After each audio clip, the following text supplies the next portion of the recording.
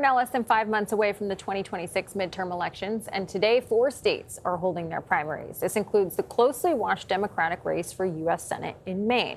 Now, Graham Platner is seeking to lock up the nomination following a recent string of scandals. Maine Governor Janet Mills is still on today's ballot, even though she suspended her campaign in April. Also in the race, David Costello, who previously ran for Senate in 2024. Now, they're looking to face off against incumbent Senator Susan Collins, who's running unopposed for the Republican nomination. Let's bring in CBS News political director Finn Gomez. Always good to see you, my friend.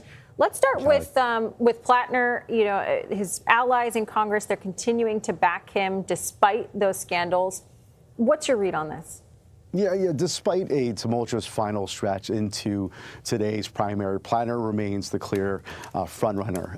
If he wins tonight, and as he is expected to, he does become the presumptive nominee for the Democratic Party.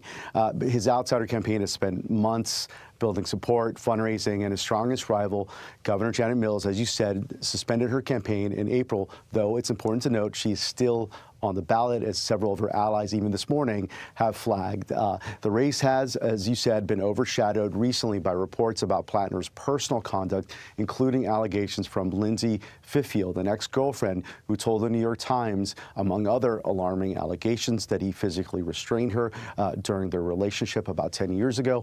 Platner has denied those allegations, and his campaign has questioned the credibility of the accuser, who has worked previously for conservative organizations and Republican campaigns, and she has also said that her political leanings had nothing to do with this. But the reason why top Democratic allies like Senator Bernie Sanders from Vermont have continued to support Platner show just how much is riding on Democrats winning Maine. It is a crucial part of their strategy, Kelly, to flip 4 Republican-held Senate seats and take back the upper chamber. Sanders is continuing to stand by Platner. Our own Robert Costa spoke to Sanders yesterday. Here's what he had to say. Senator, do you stand with Graham Platner? I think when you look at politics in general, there are no saints in the United States Senate.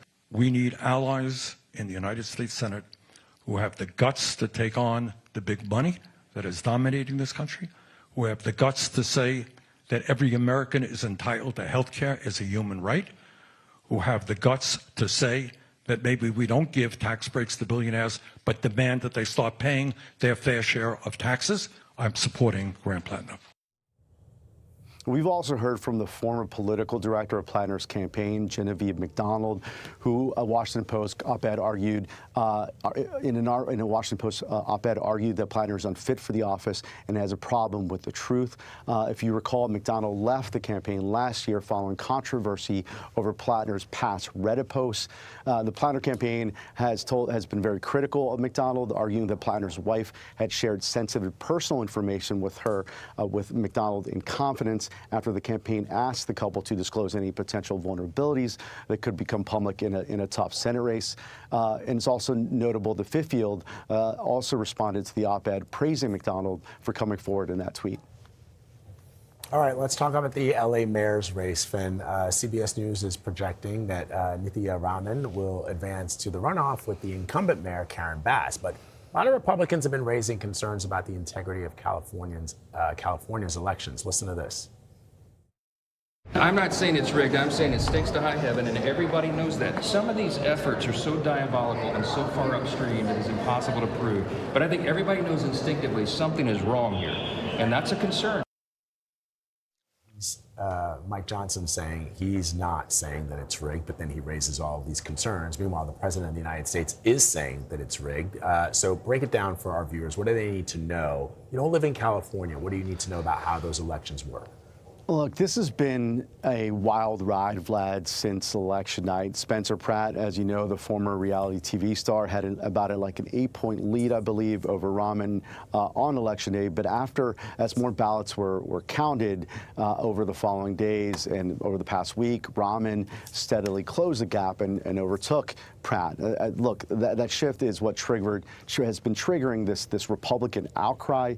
President Trump posted on Truth Social saying, quote, "No no way this could have happened, and calling it a rigged election. And of course, like as you mentioned, Speaker Johnson also weighed in, saying it stinks to high heaven. Look, the thing is, Vlad, this is how California counts. This is their process. They typically count slow. It typically takes days for them to go through the ballots, and even California election officials actually warned ahead of time that counting could take longer than expected, and they prepared for people to potentially claim that the delays were the result of fraud. If you recall, mail ballots received postmarked on Election Day are legal and legally valid under state law, and they have historically skewed more Democratic. California officials say there is no evidence of widespread fraud here. Vlad. All right, Finn, really appreciate the context there. Thank you. Thank you. Today is also primary day in South Carolina that includes the elections to replace term-limited Republican Governor Henry McMaster. Lieutenant Governor Pamela Abbott received the president's endorsement, but there are also some names you might know from Capitol Hill on the GOP side. U.S. Representatives Nancy Mace and Ralph Norman are running, as are State Senator Josh Kimbrell, former business executives Ron Reddy, and State Attorney General Alan Wilson. And on the Democratic side, State Representative Jermaine Johnson, Attorney Mullins McLeod, and businessman Billy Webster are all trying to make it to November. CBS News correspondent Skylar Henry is live from outside the polls in Greenville, South Carolina. Lieutenant Governor Abbott is being backed by the president, but this could be another litmus test of where voters are truly leaning, Skylar. So is this anybody's race? Yeah. It's a good question. I think where we are right now is really sort of weighing and measuring how golden is the president's golden ticket, so to speak, as it relates to his endorsement. You pointed out that he has endorsed the Lieutenant Governor Pamela Abbott late in this race. And that is something that is notable considering the fact that, at least according to recent polls, this is a relatively tight race with the 5 Republican candidates that are all vying for the nomination here. That includes the Congresswoman Nancy Mace, as well as the congressman also running in this race as well, all of whom at one point or another had walked in lockstep with President Trump. Mace, of course, in recent weeks and months, coming under scrutiny from the Trump administration because of her outspoken calls calling for the release of additional documents relating to the Epstein files, falling out of favor with the president. The president actually was part of a tele-rally just yesterday for Abbott, as well as Republican Senator Lindsey Graham, also running for re-election, and he called Abbott a friend and a fighter. So it will be interesting to see if that is the boost needed in order to get Abbott up to that 50% threshold, which would be needed to avoid a June 23rd runoff. But because so many candidates in this race are running so close together, and so many of them considered to be, justified in their causes, I think it'll be interesting to see if that'll be enough. We'll see what happens when polls close at 7 p.m. here tonight. Skylar, I also want to talk about Lindsey Graham, right? He's a 4-term Senate incumbent, long GOP favorite. But as the Iran war is going on, we're asking these questions. It's not popular with Americans. How is this going to really play out with voters? What are you hearing about how his particular rhetoric is playing with voters around the Iran war? Yeah, that is something that I think a lot of people will be paying attention to once polls close here. There is a businessman who is running in competition with Lindsey Graham for the Republican nomination. His name is Mark Lynch, actually from Greenville.